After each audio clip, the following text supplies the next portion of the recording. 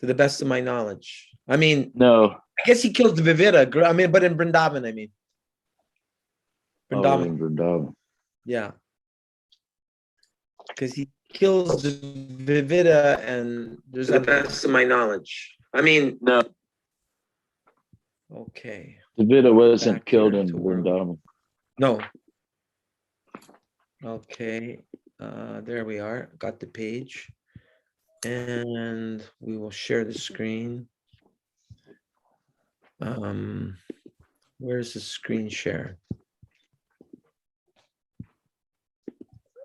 Oh, Krishna, please help.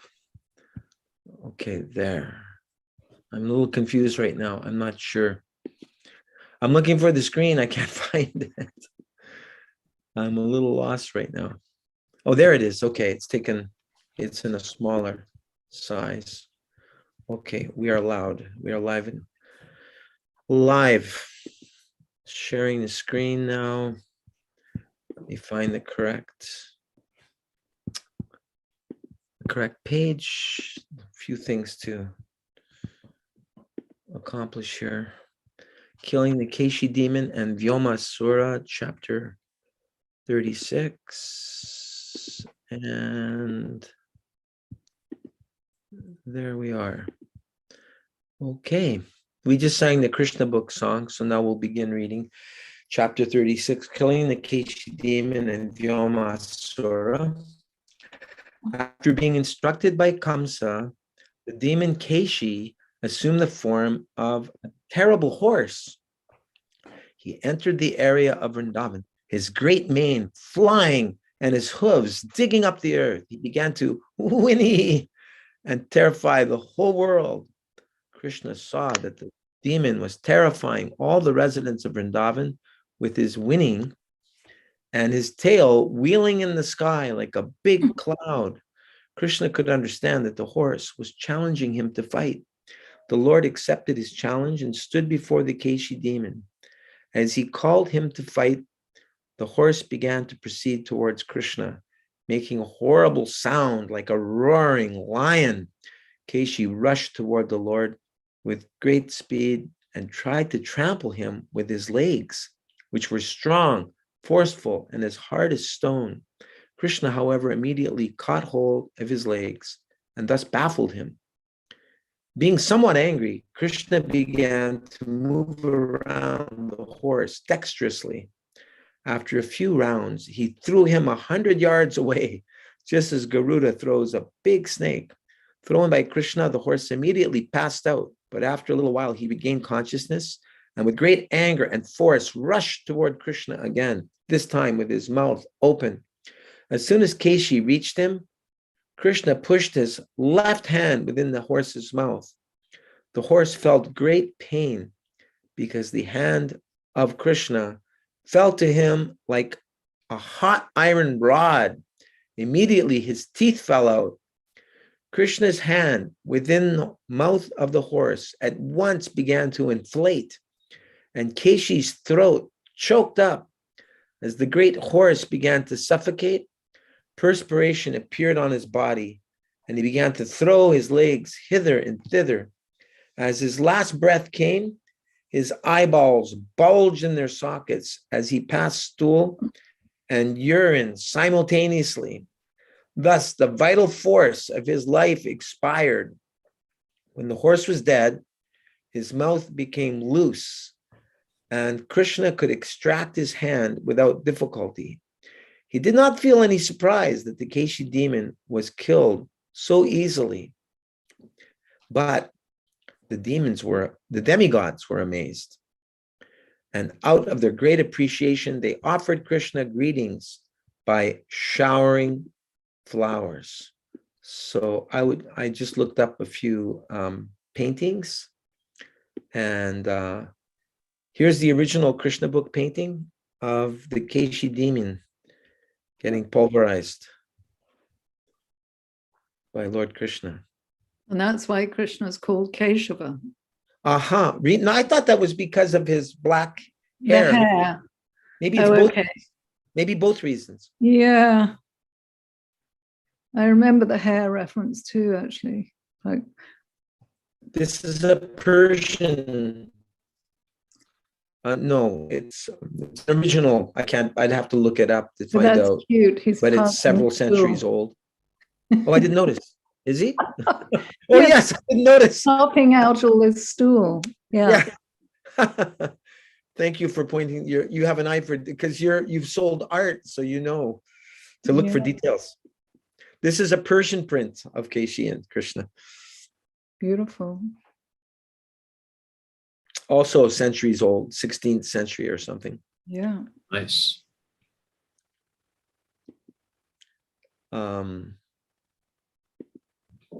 Whoops. There's a newer one. This is by, I think, a European artist, devotee artist. Wow. Ferocious looking Keshi. Yeah. All right. I think this is the next part of the pastime. This is a one done by Pushkar, where we'll read about Nanda Maharaj and Yashoda and the safety of Krishna. Here it says that Keshi, according to Bhaktivinoda Thakur, Keshi represents the vanity of thinking, I am a great devotee and guru. Also, the false ego arising from attachment from wealth and material accomplishments. According to the Brahma Vaivarta Purana, in his last life, he was Suparshvaka, one of the brothers of the Gandharvas, who became Pralamba and Bakasura. So it means he's related to Pralamba and Bakasura, correct? I guess. Yes. They're brothers. Mm-hmm. Okay, Krishna Chandra Prabhu, would you like to continue? With pleasure. After this incident, Narada Muni, the greatest of all devotees, came to see Krishna in a solitary place and began to talk with him. My dear Lord Krishna, he said, you are the unlimited super soul, the supreme controller of all mystic powers, the Lord of the whole universe, the all-pervading personality of Godhead. You are the resting place of the cosmic manifestation, the master of all the devotees and the Lord of everyone. My dear Lord, as the super soul of all living entities, you remain concealed within their hearts exactly as fire remains concealed in every piece of fuel. You are the witness of all the activities of the living entities, and you are the supreme controller within their hearts. You are self-sufficient. Before the creation, you existed, and by your energy, you have created the whole material universe. According to your perfect plan, this material world is created by the interaction of the modes of nature, and by you, they are maintained and annihilated. Although you are unaffected by all these activities, you are the supreme controller eternally. My dear Lord, you have invented yourself on the surface of this world just to kill all the so-called kings who are actually demons. These hobgoblins are cheating people in the dress of the princely order. You have invented yourself to fulfill your own statement that you came within this material world just to protect the principles of religion and annihilate unwanted miscreants. My dear Lord, I am therefore sure that the day after tomorrow I shall see demons like Chanura, Mushtika, and the other wrestlers and elephants, as well as Kamsa himself, killed by you. And I shall see this with my own eyes. After this, I hope I shall be able to see the killing of other demons like Shanka, Yavana, Mura, and Narakasura. I shall also see how you take away the Parijata flower from the kingdom of heaven and how you defeat the king of heaven himself. Is it one more? It's up to you. I only read one because it was so long. Yeah. All right. It's in the spirit of giving others a chance. I probably should. Yeah. Thank you. Okay, Nanda Patni, please. I shall also see. No, my dear Lord. Oh, where are we? Oh, my My- dear Lord, my dear Lord, my dear Lord, Narada Muni continued. I shall then be able to see how you marry princesses, the daughters of chivalrous kings, by paying the price of Kshatriya strength. Whenever a Kshatriya wants to marry a very beautiful and qualified princess of a great king, he must fight his competitors and emerge victorious. And then he is given the hand of the princess in charity. I shall also see how you save King Nriga from the hellish condition, said Narada Muni. This you shall enact in Dwarka. I shall also be able to see how you get your wife and the Shamantaka jewel, and how you save the son of a Brahmin from death after he has already been transferred to another planet. After this, I'll be able to see you kill the Pandraka demon and burn to ashes the kingdom of Keshi. I'll see how you kill the king of Chedi and Dantavakra in great fights on behalf of Maharaja Yudhisthira. Besides all this, it'll be possible for me to see many other chivalrous activities while you remain in Dwarka. And all these activities performed by your grace will be sung by great poets for all time. And at the Battle of Kurukshetra, you will take part as the chariot driver of your friend Arjuna. And as the invincible death incarnation, eternal time, you will vanquish all belligerents assembled there. I shall see a large number of military forces killed in the battlefield. My lord, let me offer my respectful obeisances unto your lotus feet. You're situated completely in the transcendental position in perfect knowledge and bliss. You are complete in yourself and are beyond all desires. By exhibiting your internal potency, you have set up the influence of Maya. Your unlimited potency cannot even be measured by anyone. My dear Lord, you are the supreme controller. You are under your own internal potency, and it's simply vain to think that you are dependent on any of your creations. So I don't see a name. Is that Jalangi? Or is that you, Jalangi? Yes, Hare Krishna. Welcome My back. most humble obeisance. Obeisances Jai to Srila Prabhupada. all the way from Berlin. Yes, we are Thank- always missing you all. Yes, just so you know, Mahabodhi Prabhu, I don't mean to be disrespectful to you. I'm just asking people to read in terms of how they appear on my screen, okay? Because I see you last in we're saving the best for the last. So you're at the very end. You're the last one to read, but it just helps to keep things in order, you know. I have a treat at the. I'm gonna read from Gopal Champu from Jiva Goswami on the killing of Keshi. Oh, and wow!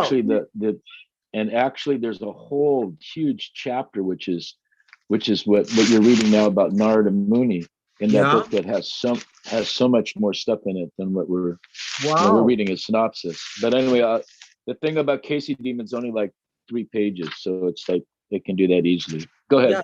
Okay, so Jalangi, why don't you read the next 2 paragraphs and we can hear from Mahabodhi Prabhu, okay? You have taken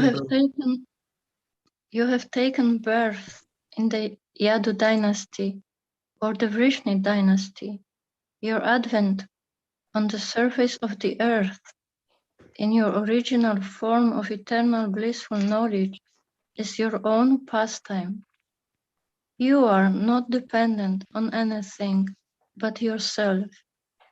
Therefore, I offer my respectful obeisances unto your lotus feet.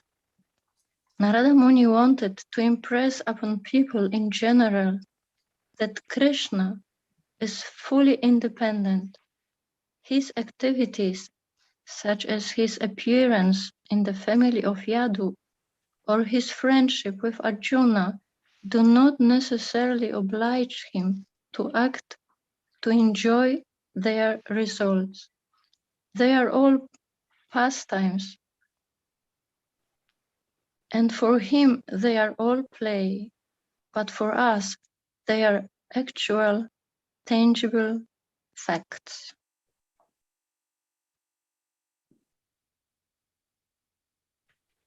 More? Just read the next one, please.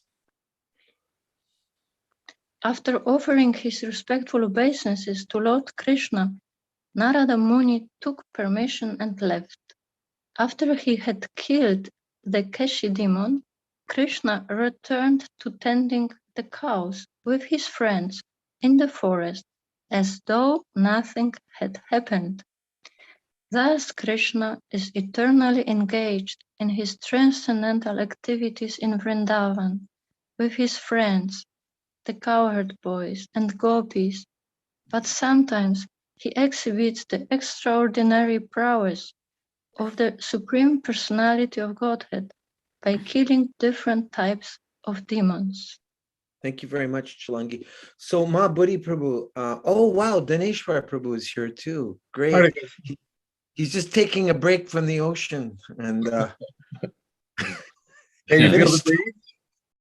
Nice sea breeze going? I do. I'm envious of you.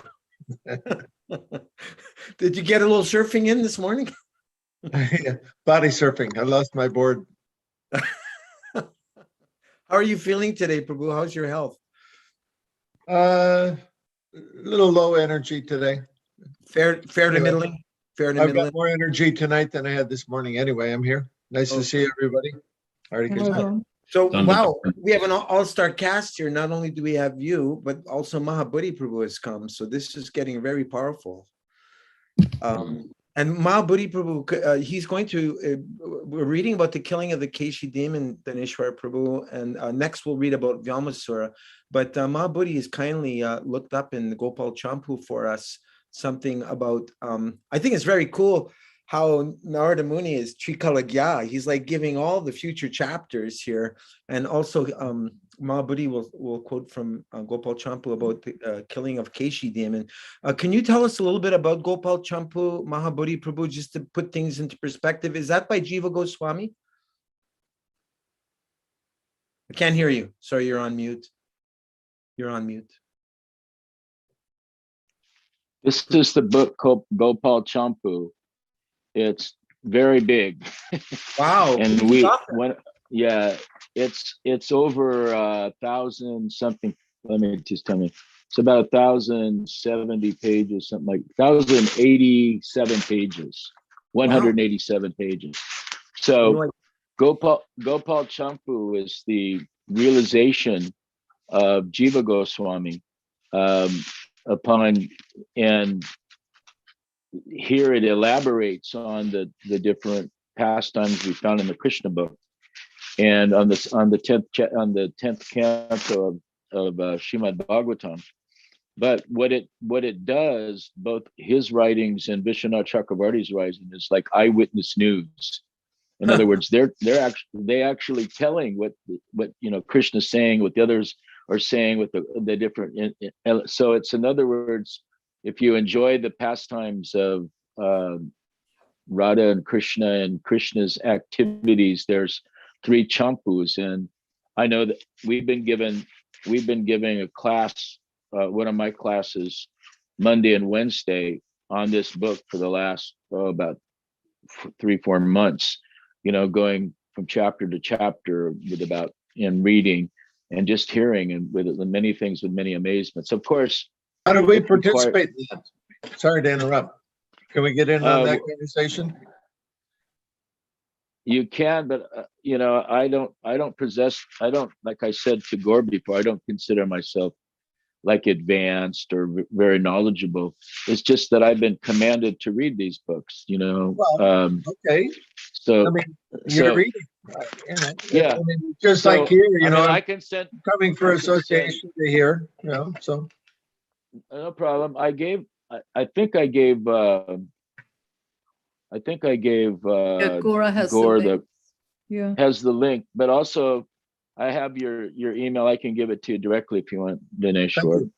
Thank you, Boo. But anyone who reads this book will become pretty ecstatic. It's just it's if you're reading this or Vishwanath Chakravarti's, book, we're going to be reading the Siddhartha Darsani, the commentary of Srimad Bhagavatam.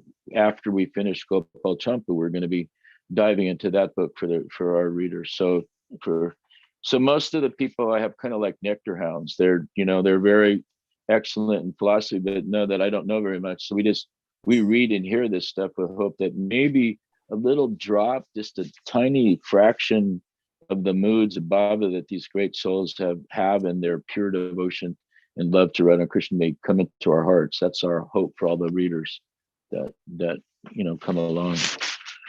Anyway, is that enough about talking about it? Yes, Yay. Gaur Prabhu? Please begin. So if it's my turn, or do you want to have anyone else read first, or no? I mean, this is about 4 pages, so I don't want to take, I just reduced it to the smallest platform, not the whole chapter. I guess But there's no way to put this on the screen, is there? Is there a link that I could go to so everyone could? If not, we'll just hear you. I don't know how to do that. I'm Oh, yeah, technically if you have the challenged. link, I can do it. If it's online, you don't No, know. it's not. Well, no.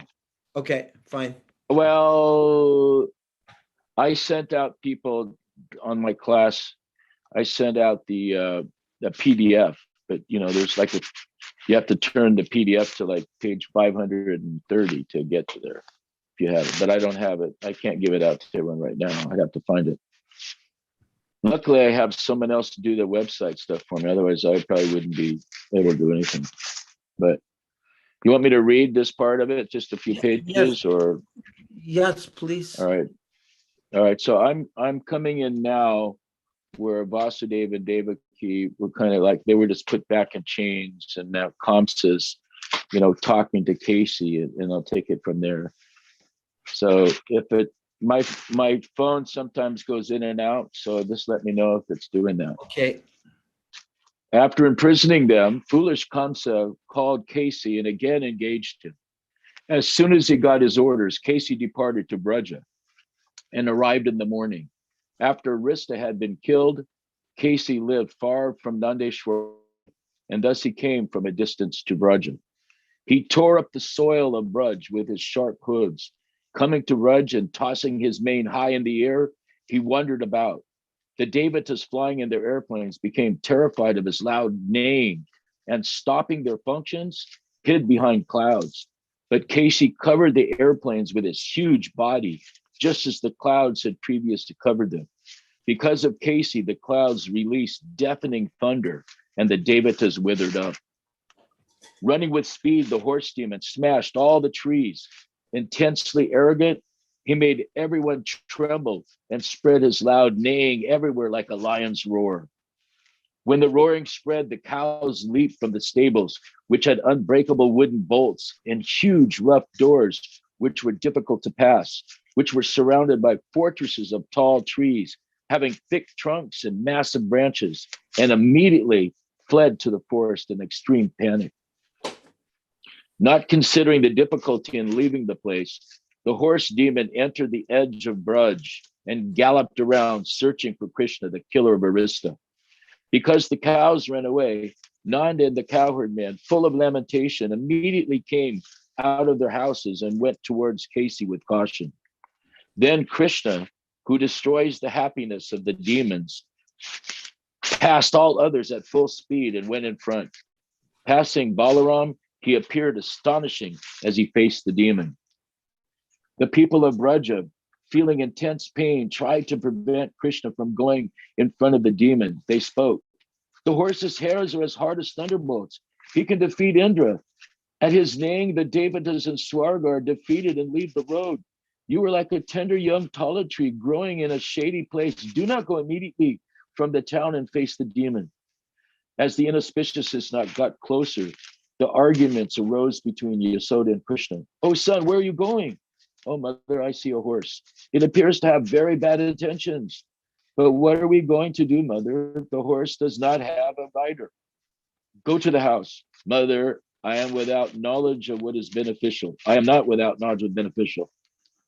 Losing her self-control and showing boldness, Yashoda spoke to Nanda. "O King of Braja, you are the master of the house. From childhood, I have not addressed you with any impolite words, but today I am revealing my desire.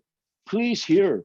Why do you not catch and hold the boy with all his friends? Why does no one else go to the horse?" From time without beginning, the brother of Balaram, has destroyed the demons. Thus, on hearing her words, giving faith to her with a smile, Krishna, the object of faith for the universe and giver of joy to all, regarded the demon with disdain, beckoned him to come close. Called by Krishna, the demon began scolding him. Internally, the demon was defeated by Krishna's power, but did not tremble before him. Because he thought he was brave, coming close to show his prowess, he then ran to a space on the bank of the Jamuna. He galloped to the space near the river because he could show his power in running a great distance. Ascertaining Krishna as a performer of action, the enemy of the Devatas, with great pride, roared like hundreds of thousands of lions. The demon wanted to approach them, toss them about, and then swallow everyone at once. Not able to tolerate this, Krishna roared like a lion. Glaring at the demon intensely, he faced him and challenged him. All the distressed people of Braja followed Krishna. The demon, seeing him coming, became blind, unable to see or hear. In that condition, he came before Krishna and spoke in anger. The demon surpassed the sky and spread everywhere. He opened his mouth as if to swallow the sky. He attacked the sky with his hooves, and Krishna counted all his moves. As an ocean waves toss piles of foam, Krishna threw the strong demon high in the air as if he were a bunch of dense hairs. With his feet and tail upwards, the demon landed 100 dhanas away. Regaining consciousness, Keshi stood up. With gaping mouth, he charged Krishna. Krishna shoved his left arm into his mouth like a snake enters a frog's mouth. In the spirit of Vira Ras, Krishna's arm, like a divine snake, grew large in the demon's throat. Because of the arm's power, Keshi's teeth fell out as if he were afflicted with poison. His teeth fell out, his senses stopped functioning, his body began to shiver, old age approached, and death waited. When Krishna's arm blocked Keshi's throat, all of the demon's organs burst open. It seemed that out of grief for the blocked throat, all limbs were obedient to it. Did his life ere leave, thinking that Krishna's arm, which blocked Keshi's throat, was the destroyer of life heirs of the universe? One door named the throat was blocked. Will we make many doors so we can get out? The senses then made many holes in the body and left. When the life air left the body, similar to a house, Krishna's arm, like a guest, also left the body.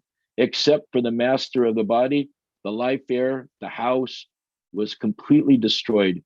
By good fortune, the subtle body was also destroyed.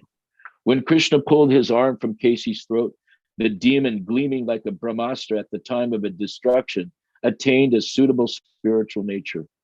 It is proper that the demon expelled stool, giving up all impurity when he died.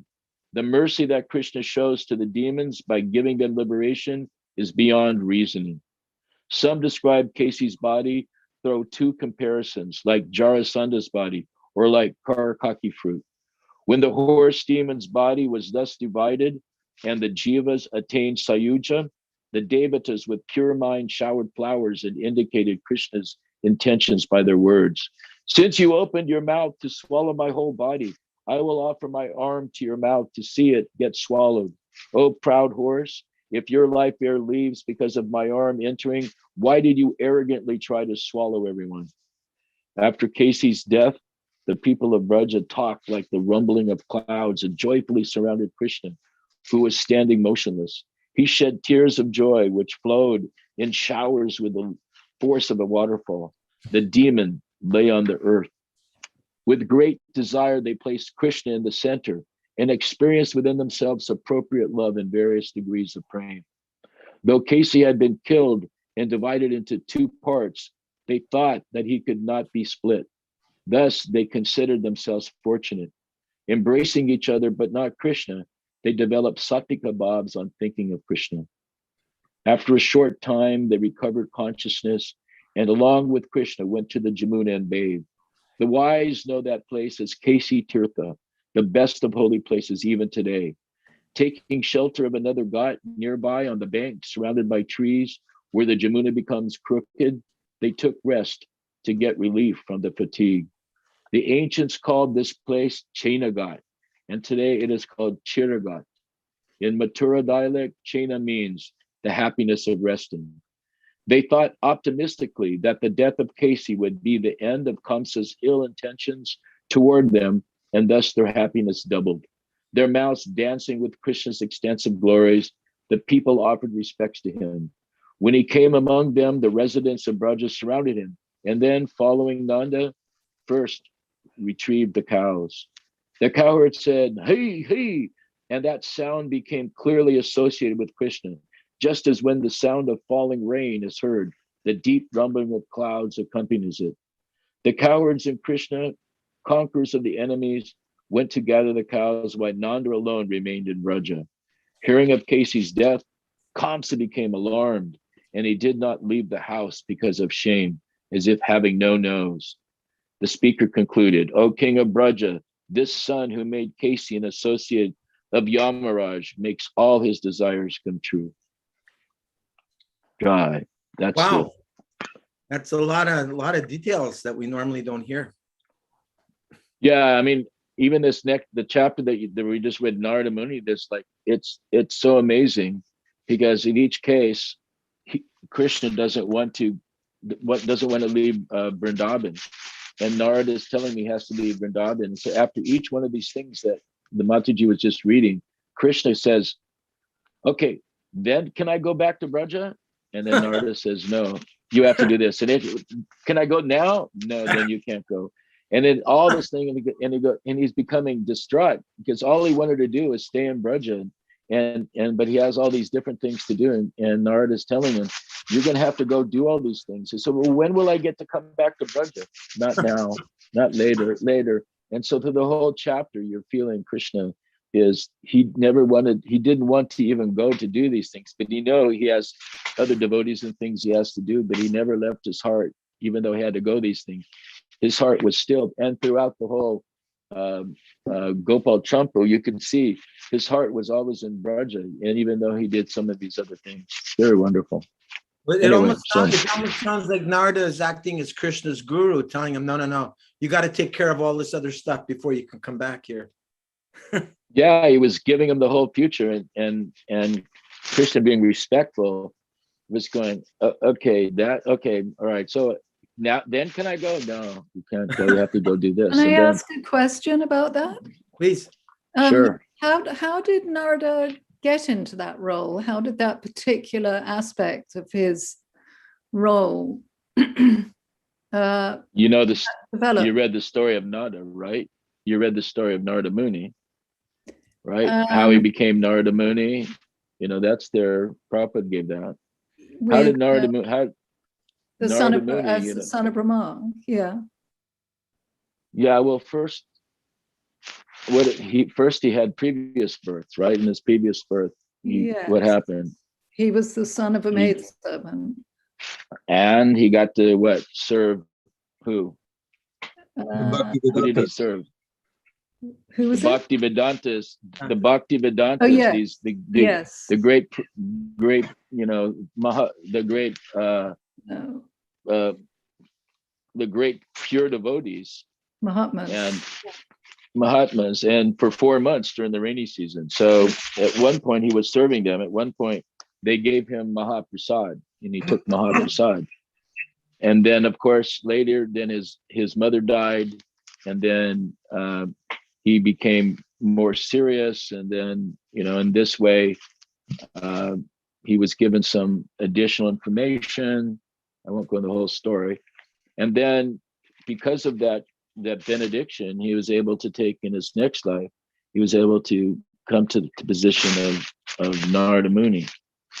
So, and then of course Narada Muni, he's the distributor of bhakti all throughout the universes. So he was also can't stay more than 5 minutes in any one place. So he goes and he's he's also the expediter of Krishna's pastimes, Right. you know, Okay. where he'll That's quite go and specific. facilitate faster and faster.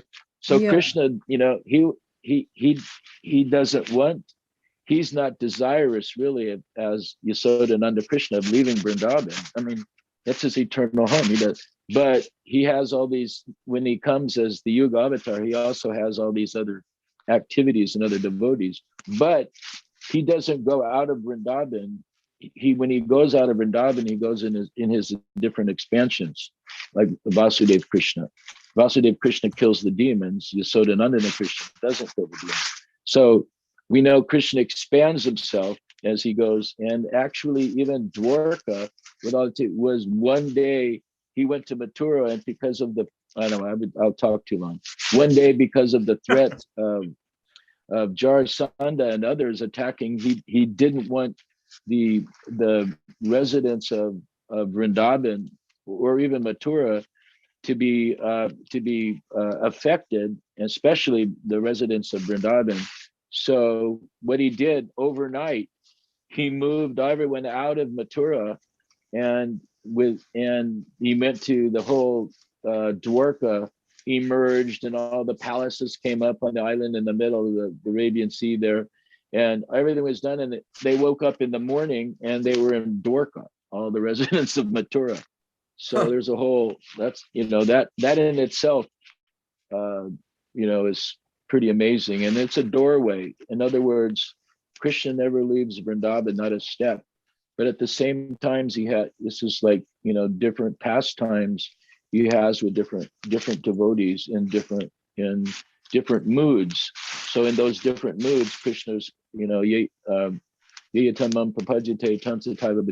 as they surrender unto him, he rewards them accordingly. So Krishna reciprocates with his different devotees Krishna, according to their relationship. Go ahead. Yeah. I don't know what it is. There's someone that's rubbing up against your microphone and it keeps going. Oh, that's me, because I can't sit still. I'm always, I don't know, it must be my Jewish heritage or something. I'm always Sattvika bhavas are coming out. I don't know. I'm always like, you know, I wondered myself every time it's just like I'm moving. No, I noticed. So I was feeling a little dizzy watching you. All right, sorry.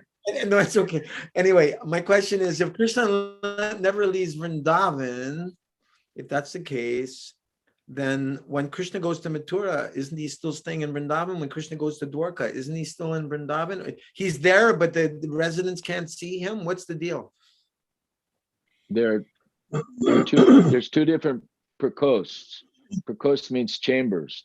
So, and this is understood when Uddhava came to Vrindavan. At first, when Uddhava came to Vrindavan, and the first thing he saw was there were all the gopas, they were happily dancing with the cows, and everyone was in a gaiety mood. And when Krishna was there, then shortly he went to see Nanda and Yashoda, Krishna's parents, and then immediately everything changed where Krishna was not there, and there were cobwebs on the stove, and Mother Yashoda's with tear, and her dress hadn't changed, and Nanda was forlorn. Everything was forlorn, and so and then when he saw the gopis later, they were still in Terkadam, and they hadn't even changed their dress since when Krishna left, and they hadn't gone home, and they found Radhika, who was barely breathing. They put her on fresh new leaves, and a few seconds later, all the leaves dried up. They put a cotton swab to her nose to see if she was even breathing, and just breathless. So in this way, Uddhava saw two different relations. So this is the first thing to understand, that Krishna, he never leaves, but also Krishna's uppercut.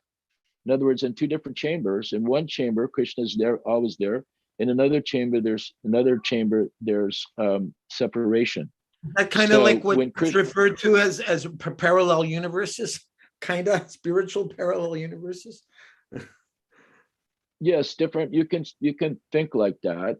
It's another Krishna has different manifestations. When you hear about Vrindavan, in Vrindavan, you go to the different forests, and this forest it's spring, this forest it's summer, this forest it's Really? winter, and all these different seasons are happening simultaneously. Yes, and there are different plants and crystal plants and trees and all sorts of amazing things. So this is the explanation in Nanda Vrindavan Champu. It's also in Gopal Champu. It's, you know, you hear some of it Govinda Lilamrita. So in Krishna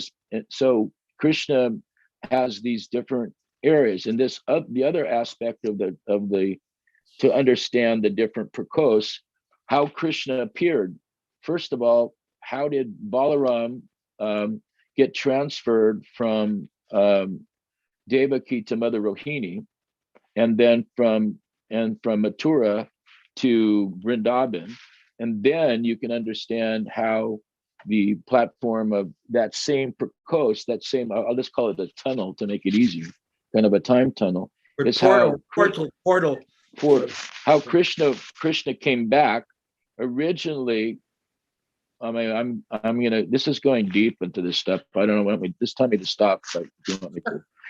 So, Krishna, when he appeared first as Vasudeva Krishna. Why? He had 4 arms and he had hair and he was wearing a makut crown. So this, you know, this is not Brajendra Nandana Krishna. Okay. That was in jail. Kamsa's jail. Yes, in Kamsa's jail. So what happened? Because previously a what did I call it? A time tunnel or whatever you want to, had a portal had been developed by Yogamaya to transfer Balaram to Rohini and Vrindavan. Right. So similarly, Krishna, using that same platform, Krishna was born at the same time, midnight in Vrindavan, as well as appeared midnight in Mathura. So what happened is Krishna went via that portal as a baby to Mathura from Vrindavan, because he's actually a Brajabasi. He actually appeared from Mother Yashoda. But Devaki, what we learned in the Bhagavatam, Devaki also, Krishna appeared as Vasudeva Krishna in like a form of Narayan. And then when Devaki was feeling some motherly affection, some Vatsalya prem, at that point, Brajendra Nandana Krishna came in his baby form to Mathura, and then came back to that when Vasudeva was taking Krishna back to Vrindavan. Then by Yogamaya, there was twins. There was Krishna, and then there was Yogamaya that was there. So Vasudeva did not see Krishna, Yashoda and Nandana Krishna. So he placed down the Vasudeva Krishna at that point in time and took the baby girl, Yogamaya, and went back to Mathura. And of course, everyone knows that story. Meanwhile, Vasudeva Krishna merged into the form of Yashoda Nandana Krishna. Therefore, Vasudeva Krishna and all of the incarnations are always within Krishna. So when Krishna wants to expand out to kill the demons, Vasudeva Krishna expands out to kill the demons. And Mathura Krishna also appears in Dwarka, which is another expansion.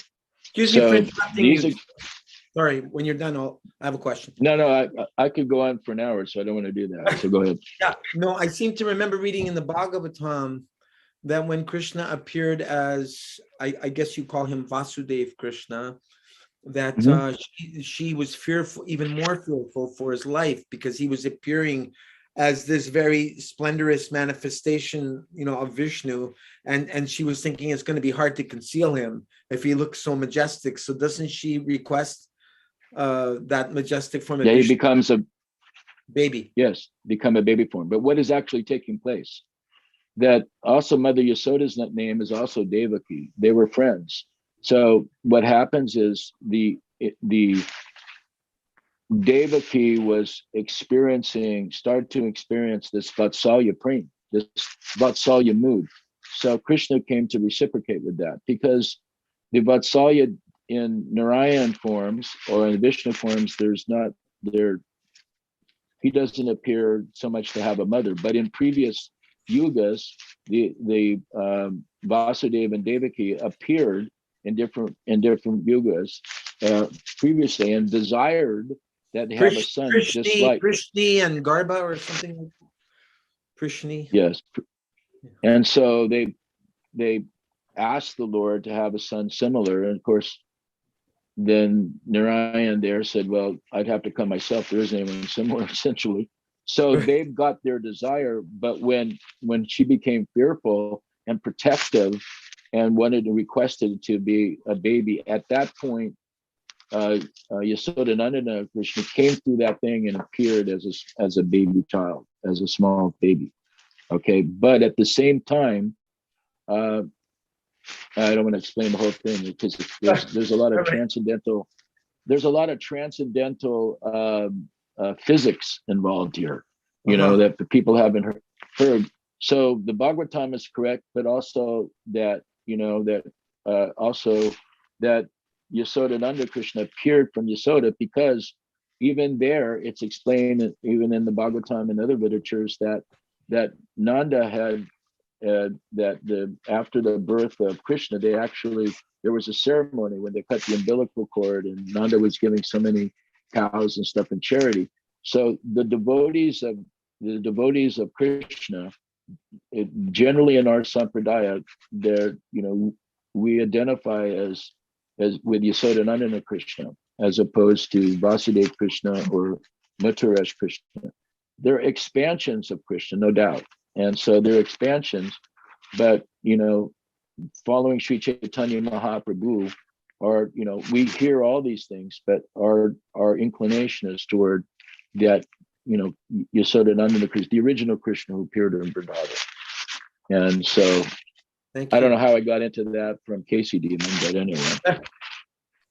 Now, that section that elaborates on Nanda Maharaj speaking, is it very long? Because I wanted to give Daneshwar Prabhu an opportunity to read as well. No, it's very long. Give him opportunity, because this fulfillment of desires is probably, it's probably 50 pages. It's the last chapter of Krishna leaves Vrindavan after that. So it's about, and it's like 50 pages or something. It's very long, but very wonderful. Chapter 31, 33. 50 pages? Yeah. Just on what we read. It elaborates. On because there's description, what Krishna said to Narada, and then what Narada said back.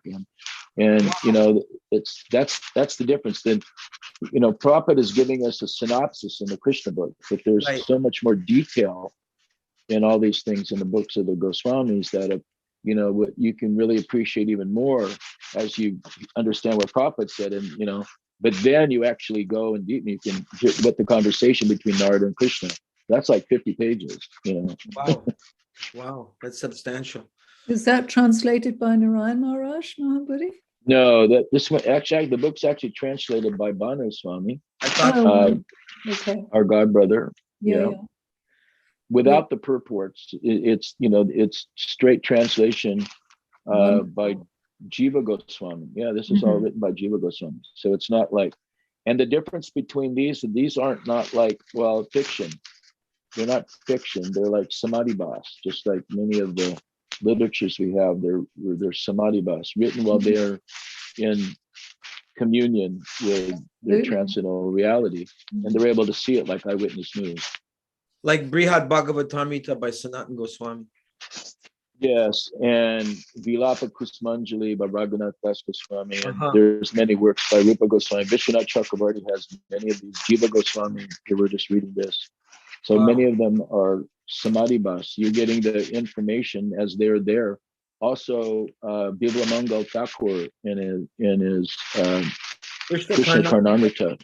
Yeah, it's also, eyewitness news there as well. Wow. So that's what's really interesting as you get deeper and deeper into pastimes.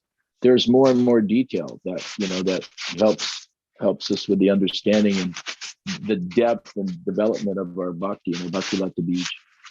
Is there any way you can stop that scratching sound? I don't know. It sounds like your hand is on the microphone or something.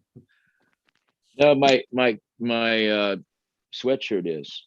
Hold Oh. it. I'll just, if I take it Okay. off and just use the, hold it. Because the nectar is wonderful, but the it gets to be a little much after a while. Okay.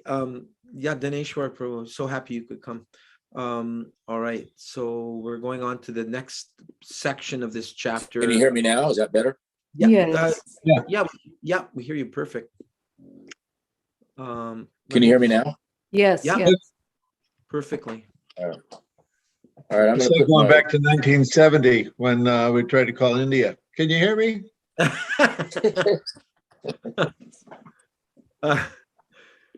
Okay, and there we go. Please continue, Dineshwar Prabhu. A couple of paragraphs after offering his respectful obeisances. Okay.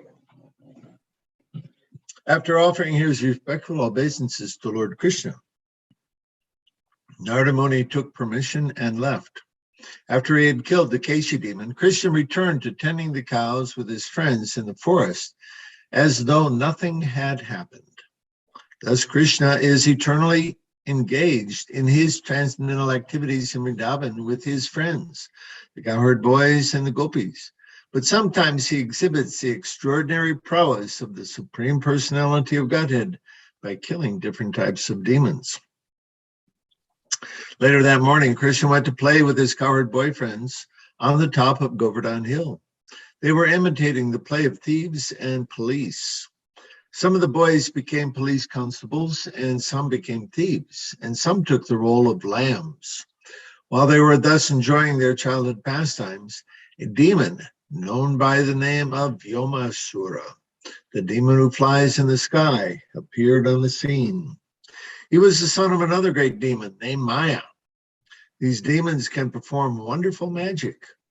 Vyomasura took the part of a cowherd boy playing as a thief and stole many boys who were playing the part of lambs. One after another, he took away almost all the boys and put them in the caves of the mountain and sealed the mouths of the caves with stones.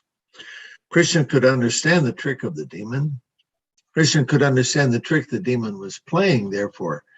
He caught a hold of him exactly like a lion catches hold of a lamb. The demon tried to expand himself like a hill to escape arrest, but Krishna did not allow him to get out of his clutches. He was immediately thrown to the ground with great force and killed, just like an animal is killed in this slaughterhouse. After killing the Vyoma demon, Lord Krishna released all his friends from the caves of the mountain. He was then praised by his friends and by the demigods for these wonderful acts. He again returned to Vrindavan with his cows and friends. Thus ends the Bhaktivedanta purport of the 36th chapter of Krishna, killing of the Keshi demon and Vyomasura. Thank you very much, Prabhu. So it mentions that Vyomasura, the killing of Vyomasura, according to Bhaktivinoda Thakur's description, comparing them to anartas, these demons, illustrates the need to give up the company of thieves and other rascals, as well as cheating impostors who disguise themselves as devotees. According to the Garga Samhita, in his previous life, he was a great devotee king named Bhimarat from Varanasi. After some time, he renounced his kingdom and went to the Malay hills to perform austerities. One day, the sage Pulastya came to his hermitage with many disciples, but Bhimarat neglected to welcome them properly. So Pulastya cursed him to become a demon, but he then blessed him that he would be liberated by Krishna. Bhimatirtha then took birth as Vyomasura, the son of Mayasura. So Dineshwar Prabhu, would you like to say anything about the lesson that Bhaktivinoda Thakur is talking about here, how we should learn to give up the company of thieves and other rascals and cheating impostors who disguise themselves as devotees? Any insights you have on that? Yeah, this requires that we exercise our intelligence. We study Shastra not for the sake of simply memorizing some words, but for understanding how this world is working. Mm-hmm. You're distracting me with all that. I'm sorry, I was trying to find the Vyomasura painting, but I'll stop. Go ahead. Go ahead. Yeah, we have to grow up in spiritual life and not remain as children who are unable to discriminate between what's what. And as Prabhupada says repeatedly in his books, that one cannot understand who is a demon, who is a devata or a devotee simply by observing them, but one can only tell by the actions that they perform. And so we must be able to examine the activities and then exercise our intelligence. Now, many devotees, of course, are able to do this, and many do say things. As Prabhupada says, if there's a thief, you say there's a thief. Devotees have tried to do that, and many times they have not met with any kind of success within the institution, because the institution is populated by such persons in the disguise of devotees. They might say, Prabhu, don't be offensive. Yes, of course. Don't be offensive, but that means what? You don't use your intelligence. You don't exercise your intelligence. What did we just read from Bhakti Vinod? Right? What does he say? And Prabhupada also says, there are many rascals in the disguise of devotees. So one has to be able to discriminate and understand who's who and act accordingly, because if one takes association from such persons who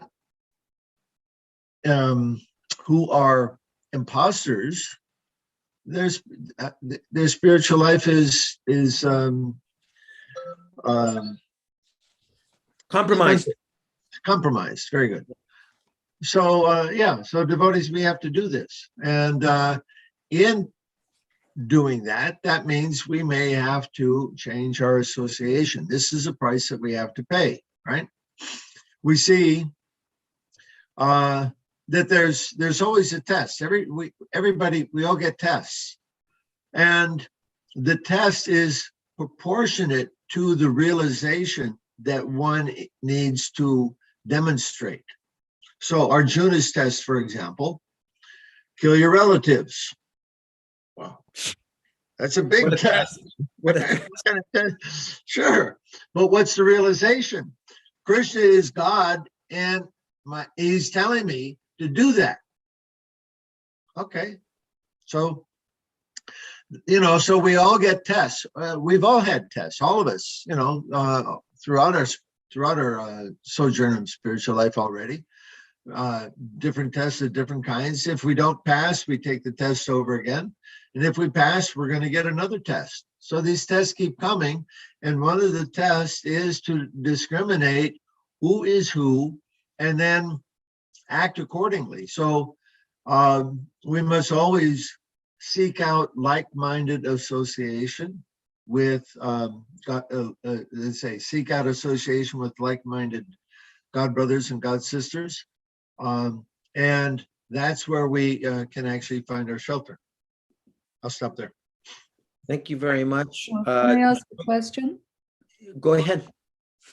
I'll just preface it by saying I was listening to an in memoriam of this devotee. I think his name is Rajendra Nandana, who passed away. Rajendra Nandana from San Diego. Yeah, and the brother of Pankajanri, I can't remember his name. Do you remember his name? Chananivas. Oh, Chananivas, yeah. He was conveying this rather lovely sentiment that years and years ago, when ISKCON was sort of going through its major troubles, that Rajendra Nandana had removed himself from all the kind of aparads and things that were going on because he didn't want to commit aparads. And I thought that was a very kind of significant thing that made me pause and think. And you know, that's a question I have around this, is that one may attempt to be discerning, but by the same token, one doesn't want to throw the transcendental baby out with the bathwater, you know, by making apparats. So I wonder if you could kind of respond to. Sure. We avoid apparat by keeping our mouth shut. Doesn't mean that we don't see what's going on and act accordingly, okay? Our business in this world is not to try to change others. If somebody inquires in a submissive way, we can comment and help them. But if they don't, what their actions are not really our business. And so we, you know, we can see what's going on. Or first thing it's important to understand is a person can only understand according to their own adhikar, okay? So like Prabhupada gives the example, qualified doctors, they give a certificate or a degree to another doctor. Like that, right? So like they say, it takes one to know one. So according to our adhikar, we have the ability to understand the adhikar of others.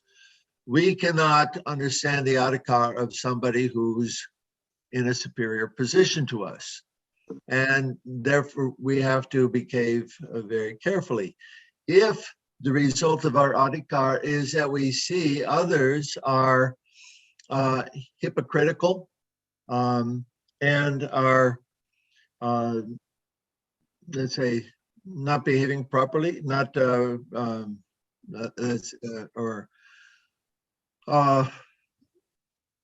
trying to be more than what they are, then we avoid their association. That's all. We don't have to criticize. We don't have to make aparad, criticize, say anything. It's you know, just avoid their association and find other association. My opinion. Anybody else has some? Yeah, Mahaburi and or Jiva Mukta. How about you, Mahaburi? Prabhu? Yeah, I like to go add a few more things to this. There's a positive as well as a negative. Just like, you know, the devotee that you experienced before, like they also took shelter. So here's the thing: we're always supposed to be under anugatya. So Dineshwar was just explaining one platform of not saying it up. The other platform is if you, just like Arjun was under the instruction of Krishna and under the instruction of Guru, then you may have to point faults. Now, the faults not necessarily have to be with the person, but what's correct. In other words, it's just equally as wrong if bad things are being presented, erroneous things are presented as truth, and we're being quiet because we don't want, one, we don't want to get criticized, or two, we don't want to be involved in, you know, the flying potentially aparat or something.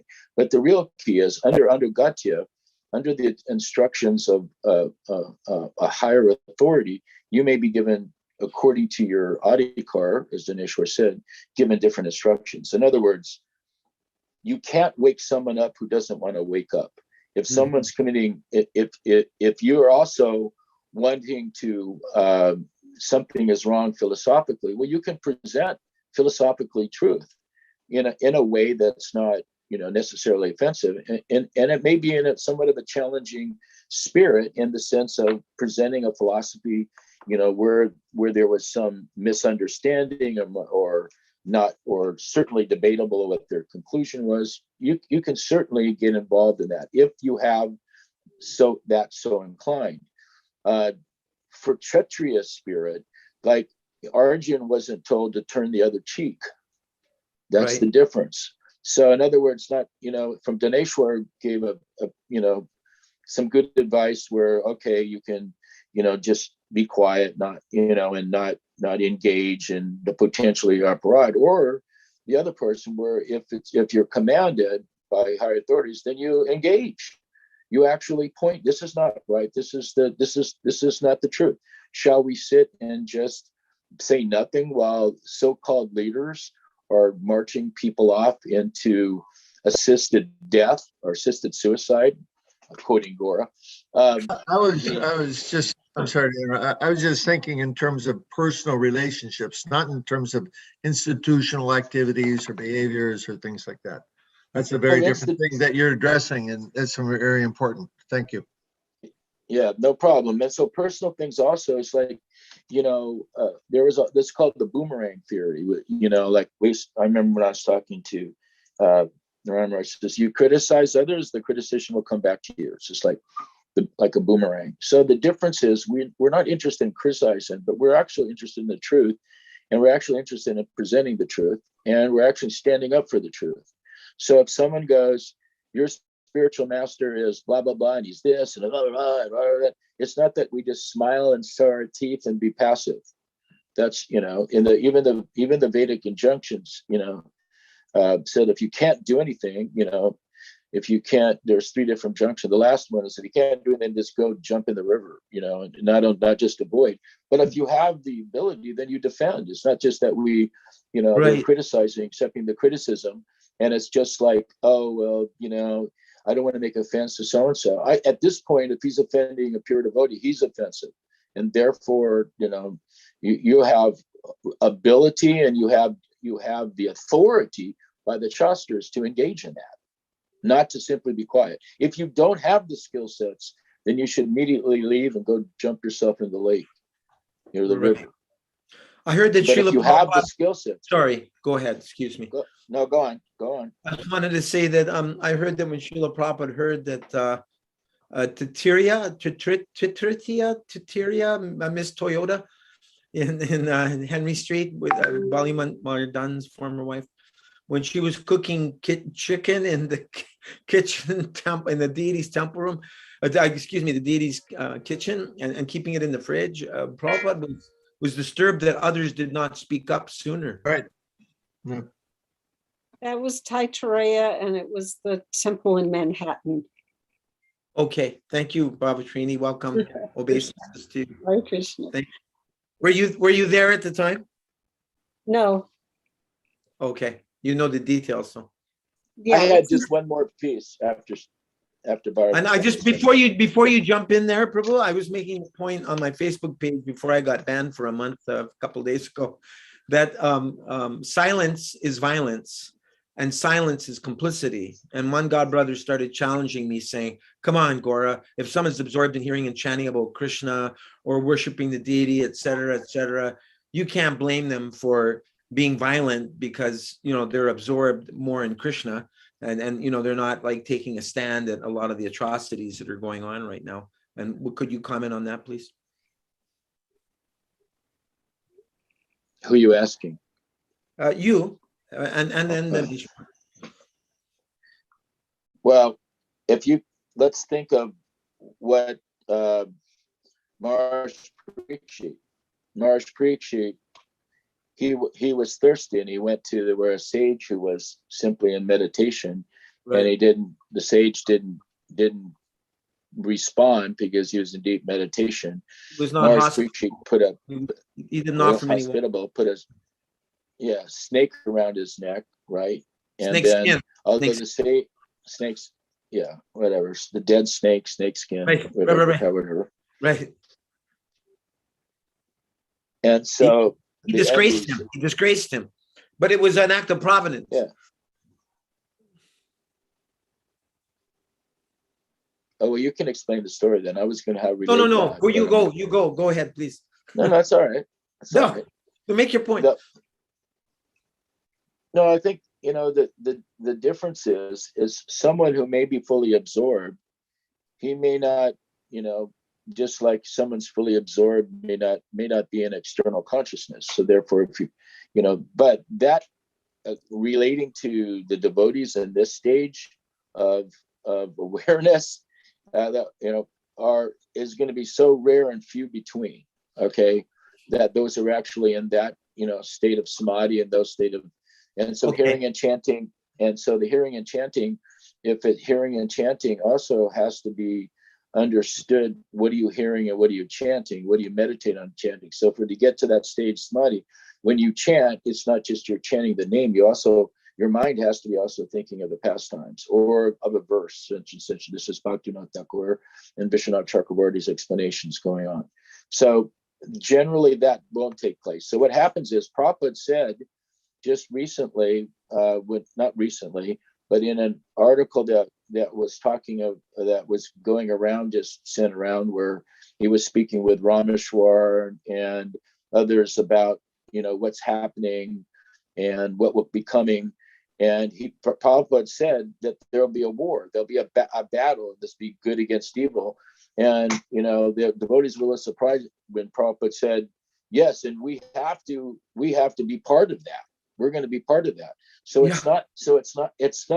Well, what do you mean? Where because I remember where Prabhupada said, these dangers are coming. You just go chant in the temple, and But now we're having these scenarios where they're telling devotees, oh, can't go in Harinam because they're super spreaders, and you can't blow the conch shell, and you can't do this, you can't do that. He says, I just wrote back and just said, better they close the whole temple, because none of these people are following Prabhupada's Vani.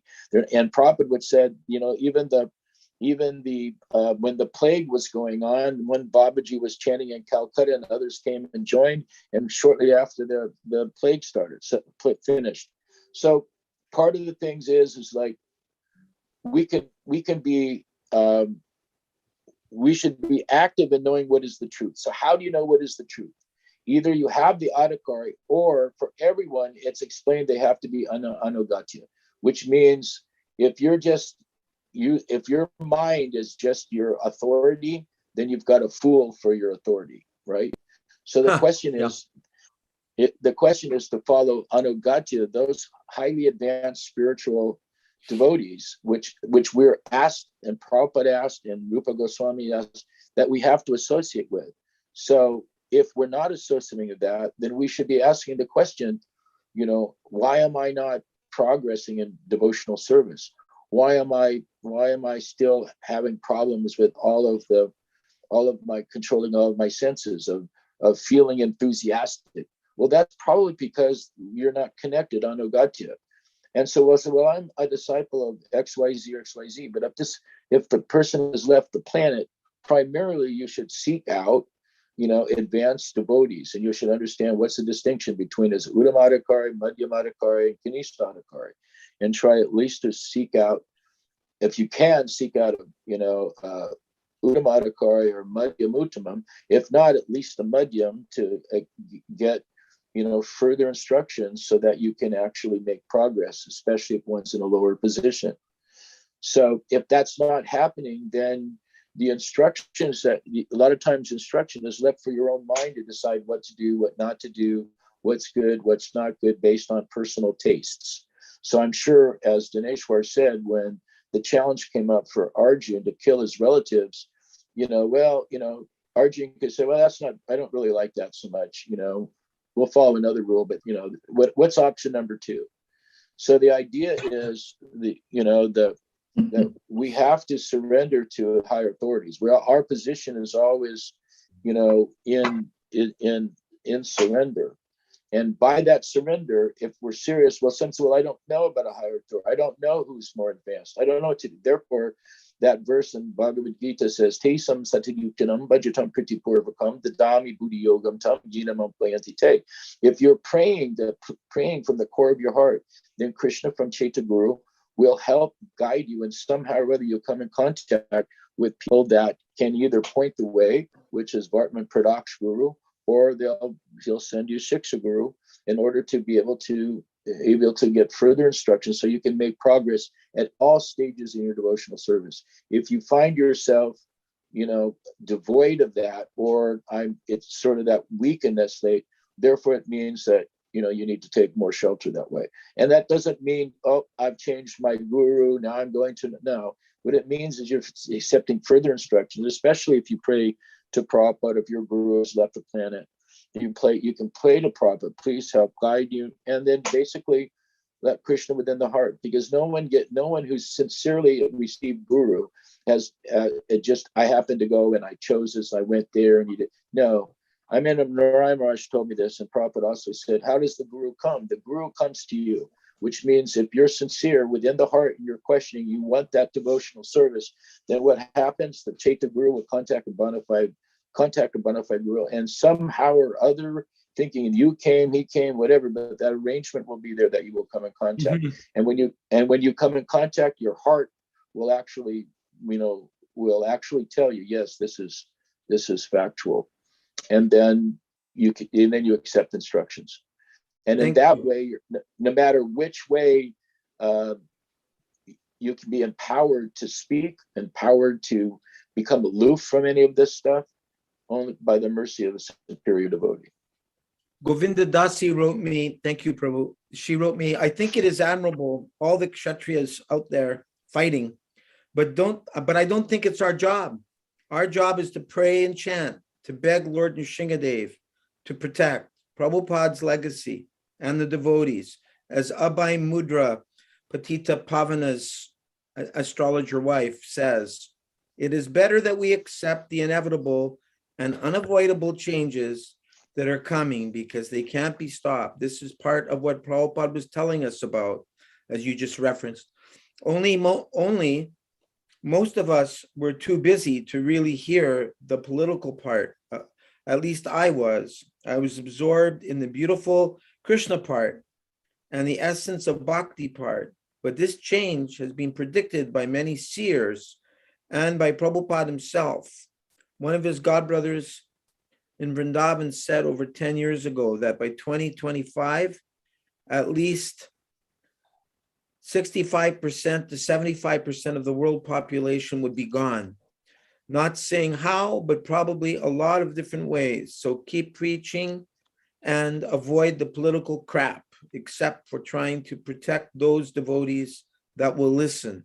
At least that's how I see it, for whatever it's worth. If you understand the nature of the changes coming and why, then you can accept them and get prepared, as that is what Prabhupada told us to do. Get self-sufficient. At this late date, we can't get totally self-sufficient, but you can keep food, water, staples, and prepare as if for a hurricane. And that should be your priority right now. Don't be caught in a blizzard. And then she's asking if the border was free and that she's glad that such a hit didn't go to Canada. So I don't know if you have any, you or Dineshwar have any further comments on that. Yeah, I have a comment. Yeah. She sounds like Draupadi talking about, trying to convince Arjuna that he should not kill Ashwatthama. Huh, okay. Okay, that's all right for a woman, but there's different kind of people in this world, and we are obligated to act according to our position in life.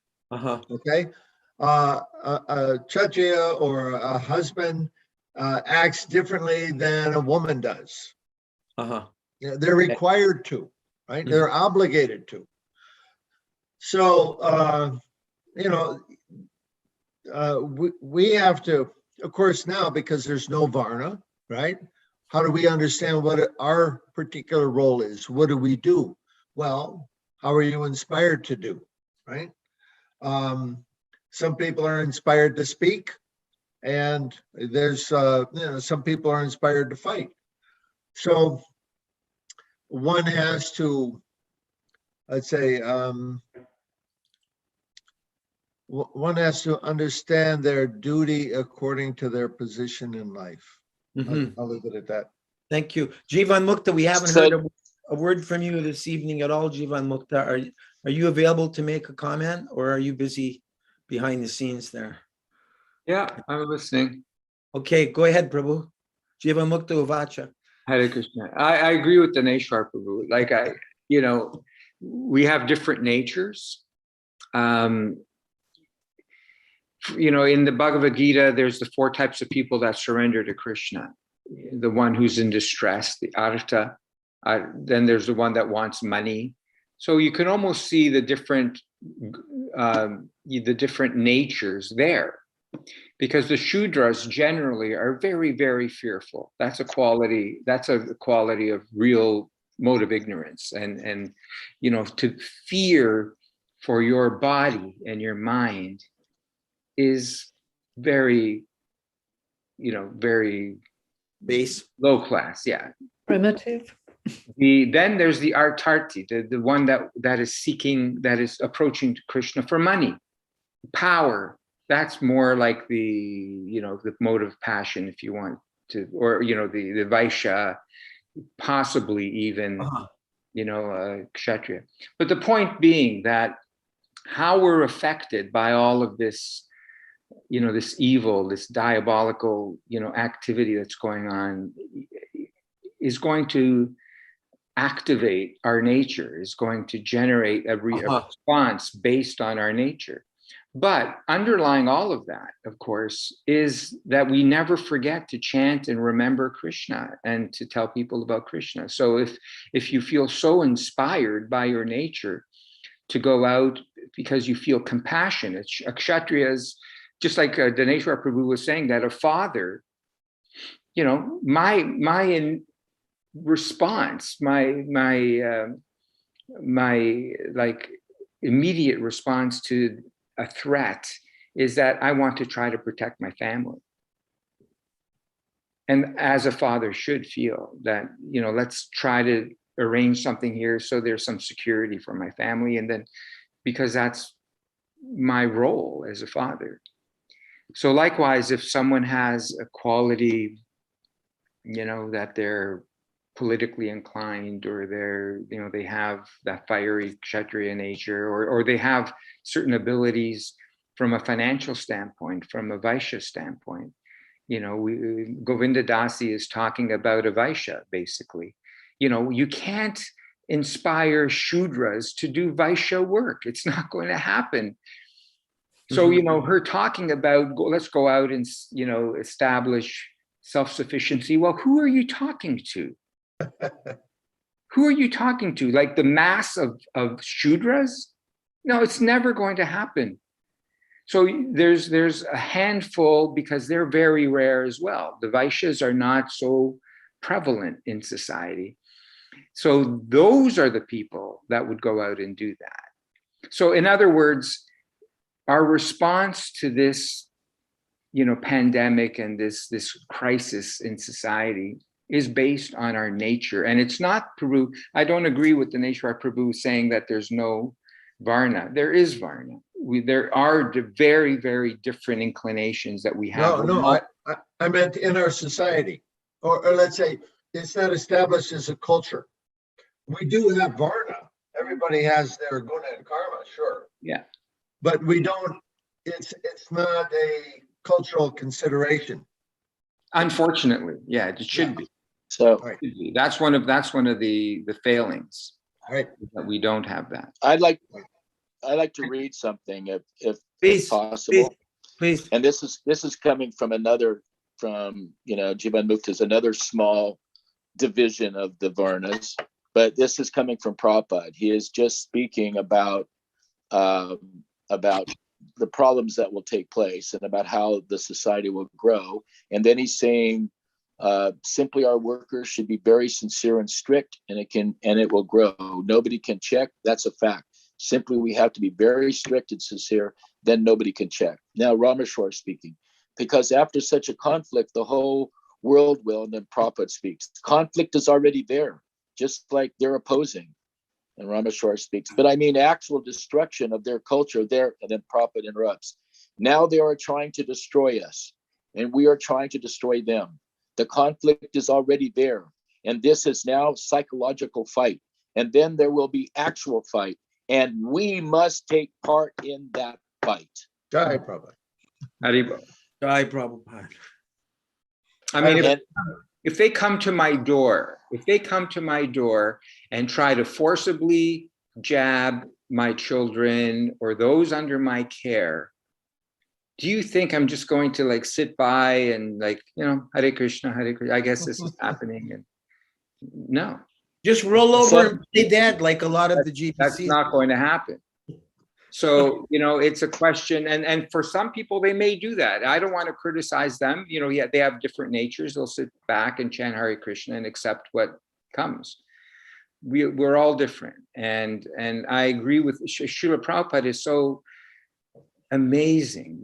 Prabhupada was everything, all wrapped up in one. He was the highest Brahminical example. He was the Kshatriya. He was the Vaishya. He was the greatest servant. He was everything. He exemplified everything to its perfection. Baba Trini, we haven't heard anything from you. Do you have any thoughts on any of the points that have been shared? Can't hear you. You're blocked. You're muted. I'm pretty thoughtless today. I'm just thinking about how to keep my material life moving so that I can chant. And also my stepmother died yesterday, so I'm Sorry to hear. a little disturbed. I understand. Condolences, Hare Krishna. Thank you. I just want to mention, I don't know if you heard, Gaur, and since we're on this topic of emergency, in New Brunswick, a province in Canada, they're now introducing that a policy where in grocery stores and in food, outlets, you cannot go in and buy food unless you show that you've been vaccinated. So it's getting, like in some places, it's getting very serious, right? The boiling the frog. What's that? Boiling the frog. Yeah. Frog. But this is, The water's getting hot. Yeah. As long as I can avoid it, I will,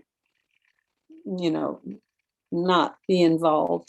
But if it comes to, it's always like, we don't fight for ourselves, but like you're saying, if they come to the door and want to vaccinate your children, whatever, there is a point. But at the same time, if I can go to live in Vrindavan, where Srila Prabhupada asked me to, if I take the vaccination, I would consider it. I may not live very long, but I'd be following my spiritual master's instructions to live in Vrindavan. Uh-huh. So in other words, you consider that a higher consideration. Right. You can live in Vrindavan by the mind. That's also there. Yes, but When all of the we're all been given the order to live in Vrindavan. no, So, yes, I thought the same thing, but I have personal instructions from Srila Prabhupada to live in Vrindavan. And when I wasn't there, he was very upset. Why aren't you in Vrindavan?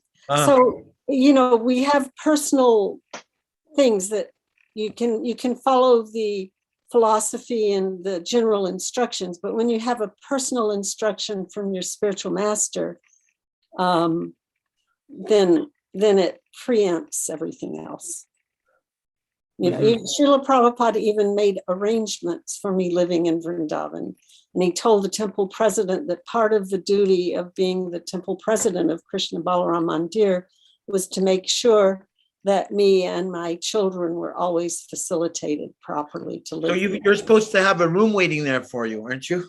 But I don't, but I go to Vrindavan anyway. But according to Srila Prabhupada, you're supposed to have a room in the guest house, right? Well, he didn't say where. When he told me to go live in Vrindavan, there was no temple or guest house. But when the guest house and temple appeared, then he told the temple president that part of being the temple president was to make sure I was facilitated there. That because of the $50,000 donation you gave? Yeah, probably. So make sure you call Panchagoda Prabhu before you leave for Vrindavan. Yeah, good luck with that. I have Narihari and I have a room in Gopinath Bhavan. Oh, nice. Yeah. And actually, when they threw me out of the temple, they threw all the women out of the temple in 78. All the women with children were thrown out of the temple. Out of Krishna Balaram Mandir. Right. And so the what do you call the Dobie Walla, the laundry man. Yeah. He offered me a room in his house that had a Western toilet. Oh, But yes. Was he proud of his Western toilet? no, he just thought I probably wouldn't be able to live without Oh. Yeah, Western toilets. it. I have a painting here that I've never seen before, of painting of Vyomasura, and that I wanted to share with you all because I was frantically looking for paintings of Vyomasura before we began today's broadcast. And this is the first time I've ever seen Vyomasura, and I'm not sure who the artist is, but does everyone see that's Vyomasura up there in the sky? But there's a painting of Vyomasura in the Krishna book with Krishna on his Really? shoulder. Are you sure? No, but I've seen the picture over the years many times. The one that there's no picture of the demon is the cart demon. Prabhupada doesn't even tell us it's a demon.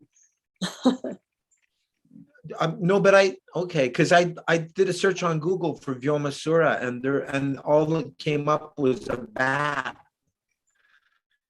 But I don't recall any painting in the Krishna book of Vyomasura. Do you? Well, my Krishna book that I have is done by Gupta and Hamsaduta and all of them. That I don't have an old one, but it's supposed to be like the original. And I don't think there's a picture in there, but I'll look. No. Yeah, there's no picture. But I couldn't find the picture of Vidya, the snake that was following Nanda Maharaj wasn't in this book. It's in the original Krishna book. That's what, Yeah, but I don't have the original. I have, let me look. Oh, I couldn't find it. anyway, this is supposed to be Vyomasura, a demon in the sky. Yeah, they have him in the little Krishna cartoon movie. Okay. So And maybe that's what confused me. Can you see this painting? It's wonderful. I It is. really like it. Cool. Krishna Chandra, I'm sorry, I didn't mean to cut you off. Did you have a comment you wanted to make? No, I never felt that you cut me off at any point either. Okay. All right. So anyway, it's a little bit after 9 here. We didn't read any nectar of instruction. Do people need to go? I know usually Nanda Patni leaves around this time. Should we read? You have to go, Jiva Mukta? Yeah. Hare Krishna. Okay. So should we call it an evening? 7 o'clock today or 7:30? So, 7:30. which demon is Vyomasura? Let's just go back here to. I had him mixed up with Trinavarta. Yeah. Yeah. No. He's the one that put the boys in a cave. That's right. Yeah. In a cave. Yeah, there's no picture. That's interesting. That's a good picture. That would be a good painting for a BBT artist to do. Yeah. Yeah. Okay. Anyway, thanks so much for everyone for coming, and so I hope you can make it Monday. I asked Govinda Dasi to come tonight, and she said she didn't have very stable connection. But where is she? Texas or Louisiana? Yeah, she's got a farm there. Where? Texas? Yeah, she's got land. No, Louisiana. Oh, Louisiana. Okay. You're in touch with her, Dineshwar?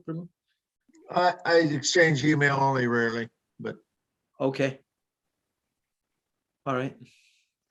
I hope she finds some devotees to serve on her farm. well, I asked her about that. She's not ready for that yet. She's trying to straighten out the inheritance, that she has siblings, so that farm is not entirely hers. She's just trying to straighten that out right now. I see. Okay. And still trying to finish her book. So those are the two things that are preoccupying her. She's been working on that book forever. Yeah, and her health, of course. Uh-huh. Is there some facility for devotees in Prabhupada village to reside there and serve No, there? there's no empty places here. Everything's filled up. Someone The barn. could- Well, they just built a new barn and it's got an Where's upstairs. Prabhupada's So village? Prabhupada village in North Carolina. due south of where you are, practically. About Yep. a day's drive. Yeah. Madhua Prabhu.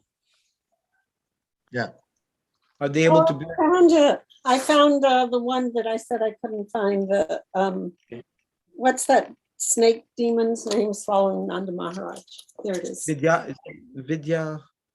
Yeah, I Vidyahara? showed it. Yeah, Vidyahara. I showed it the other day. Yeah, I know I couldn't find it in the book, but Right. now it's there. So Narihari and I own 100 acres on the Hamakua coast on the Big Island of Hawaii.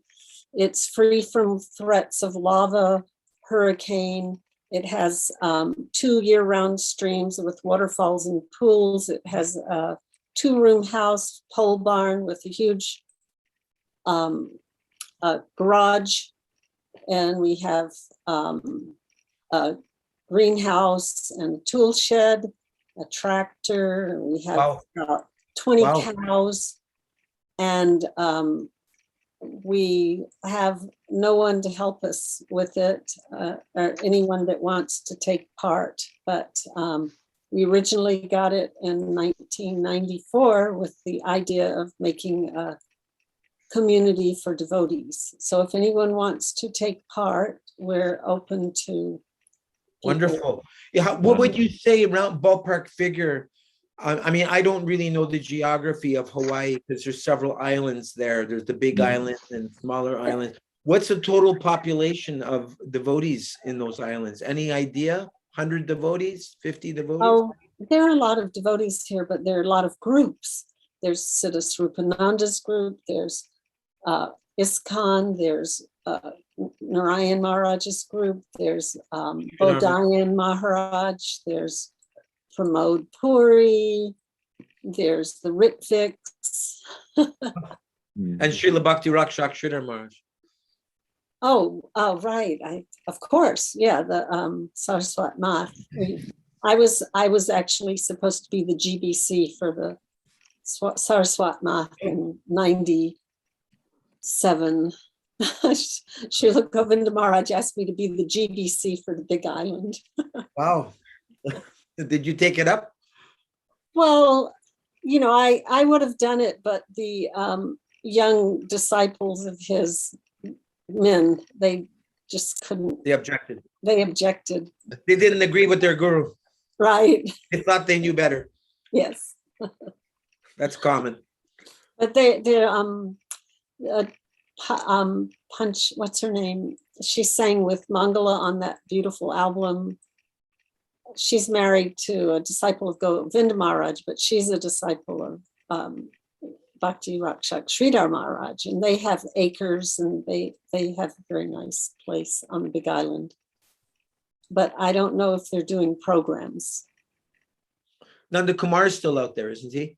Oh yeah, he's in Waimea. In fact, the first 2 cows we got from that closed dairy were from him and his partner. Oh, nice. Yeah. And Vidagdha Madhava is there? Yes, and Madhukanta, he used to be the treasurer of New Dwarka. And Balabhadra Bhattacharya is there from ISKCON? Is he there? Oh no, he's in Texas, I think. I see. He hasn't been in Hawaii for years, like I think see. since the 70s. Govinda Paul. Gopavrinda. Yes, Gopa Vrindapal's here, and his son is building a temple in The other side of the island. Kona side. There's that couple that he plays the flute and she plays the harp. They're disciples, I think, of Kirtananda's. They were in New Vrindavan for a long time. Oh, yes. Mm-hmm. I can't think of their name. Beautiful music. She plays the harp and he plays the flute and she sings, and they actually make a living with their bhajans. But Brian, probably, yeah.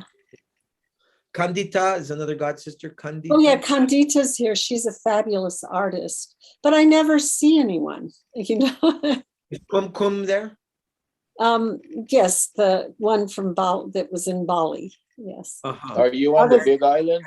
Yes, they're all on the Big Island. But the Are Big you? Island, huh? That's where I am. Are you The Big also? Island, Okay. the Big Island's very big. And like my sister lives on the Big Island, but she lives about 100 miles away from me, and the roads are pretty bad. So I hardly ever see her. You know. Is And, she a devotee? She a devotee? well, she took Harinam from Narayan Maharaj, and Okay. she doesn't follow though. But you know, she came to Vrindavan once and went to chanted 16 rounds a day and went to Mangal Artik and went to all the holy places. It was after I had an accident and I was in a wheelchair, so she came to help me. And she followed the 4 principles. And then when she went home, she followed the 4 regulative principles for a whole year and chanted Hare Krishna every day, but not on beads, on a harmonium. And then after that, she drifted away, and then she met Narayan Maharaj and took Harinam, and then she drifted away again. So I'm Lot of hoping she'll devotees. drift back.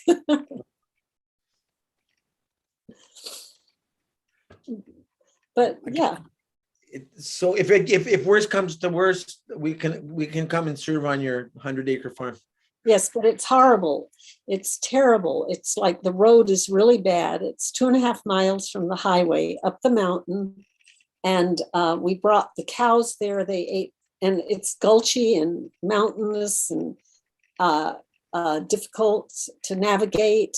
And the cows ate everything in the 5 acres that we used to have our kava farm in about 2 weeks. And then huge storms came and turned the place into a mud pit. And it became a death trap for the cows, and no one would come and take the cows out because the road was so bad. So we probably need about $100,000 Wow. to put into it to make it really nice. I mean, if we hadn't brought the cows, it probably would be okay, but cows are really important. So the cows aren't there now. The cows are at other places where we're doing exchanges. They keep the grass down and stuff like that. Maybe are you pals with Tulsi Gabbard? Maybe she could help you out with some grants. Well, actually, when we were trying to get the dairy, we were working with her father, who's a senator, and he's in charge of agriculture. But COVID kind of messed things up. That's another reason we don't see the devotees, is all the lockdowns and everything. But not too far from us is Chiranjip's children and Mangala's children, and they have new Srivasangam and Suchandra and Chandrakanta, his 2 oldest daughters, and his son Gora Chandra, who's in the wheelchair, who's paralyzed. They have programs every day. They have deities, they have cows, they have Tulsi, they have everything. And on Ekadasi, everyone comes and it's all night. No one goes to sleep, no one eats. They have Mangala, their mother, she's passed away. They have her songbook, which is the Narayan Maharaj's songbook. And she's put all the Gita Gucci, she's put all the songs in English. And they sing all the songs in English. They sing them in Sanskrit. Get me a recording. I'd like to hear. Okay. Yeah, I don't know if they really record it. Sometimes somebody throws in. The internet's not always so good there, but everyone there got COVID, so it was shut down for a while. But now it's opened back up.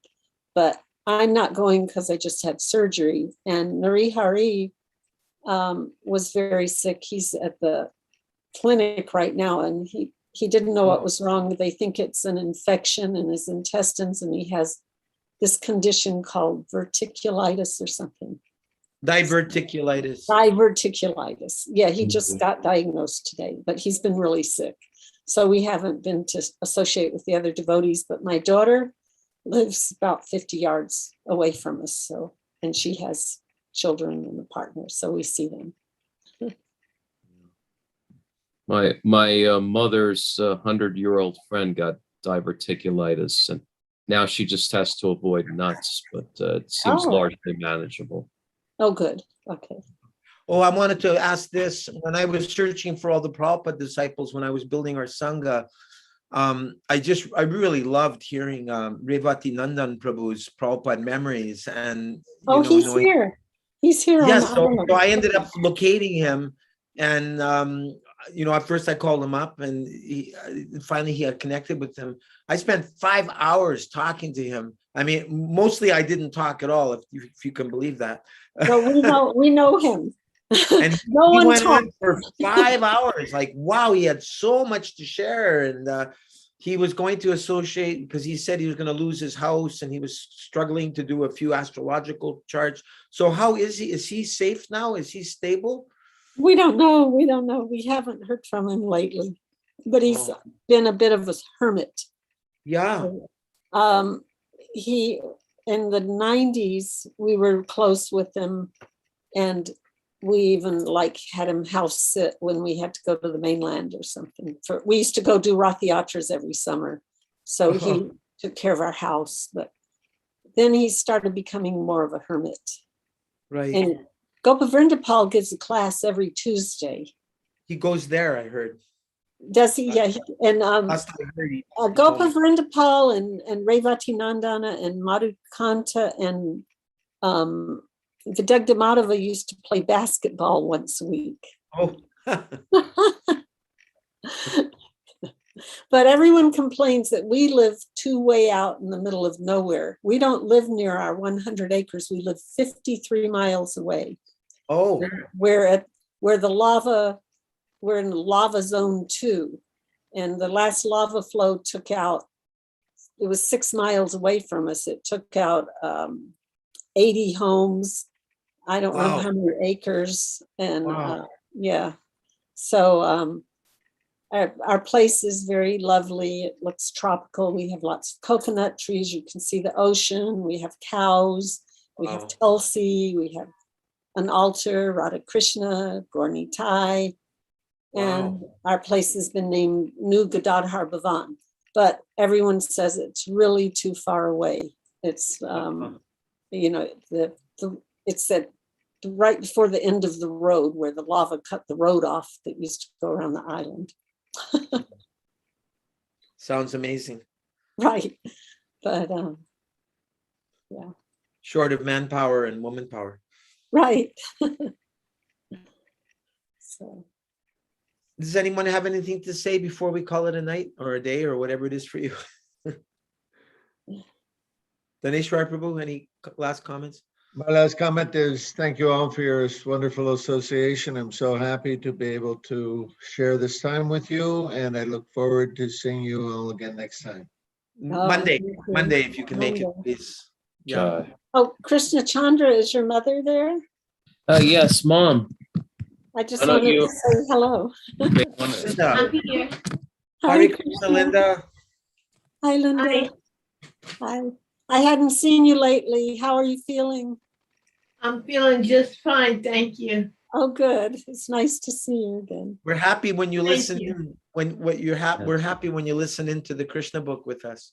Yes, she paid attention to the entire reading. I was impressed. Wow. Yeah. Did you find it interesting? I do. Beyond interesting. Wow. You have a transcendental mind. She does. I have to, just to keep up with you all. Thank you for joining in. We're grateful that you're here. Thank you. Appreciate it. Thank you for having me. Oh, thank you for being Well, have a here. great weekend, everyone. We'll see you on Monday, same Same time. to you Thank all. you. Always a Hare pleasure. Kripa Sindhu, Devanam, Bhagavato, Vaishnava.